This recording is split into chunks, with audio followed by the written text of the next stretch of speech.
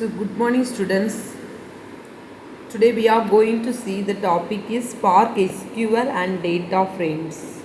The introduction to Spark SQL. Let's break this down into two parts. One is in Spark SQL, another is in data frames. So this is a specialized Spark module designed for processing structured and semi-structured data. It lets us write regular SQL queries directly over massive datasets and natively supports files like CSV and JSON and PowerPoint. So data frame is nothing but a data frame is simply a distributed collection of data organized into rows and columns. It behaves exactly like a table in a relational database, but it is split up and stored across multiple machines. It is highly optimized and much faster than older Spark structure like RDBS. For example, a data frame is like a massive Google Sheet. However, instead of the sheet being hosted on just one Google server, different blocks of rows are distributed across 10 different computers. When you write a Spark SQL query, all 10 computers search a section of sheet simultaneously. So creating and using data frames. So how do we actually get data into a data frame? We can load it from almost any data source you can think of.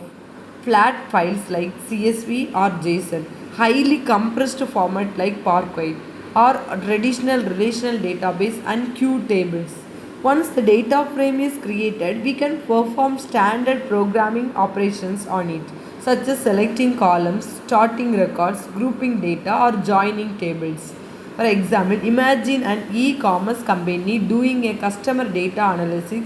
They pull raw customer profiles from JSON API, pull purchase histories from PowerPoint file and a cloud server, load them both into Spark data frames, and then write a quick line of code to join them together and filter for active users. So Spark SQL operations. One of the best features of Spark is that you don't have to write complex application code to manipulate data frames.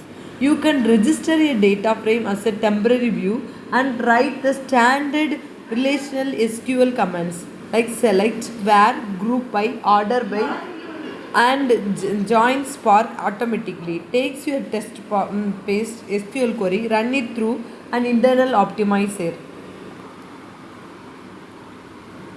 So in order to conclude these sections, we wrap up today's section. Spark SQL and data frames simplify big data engineering by providing a familiar table-like interface, by combining the ease of SQL with the scalability and automatic query optimization of Apache Spark.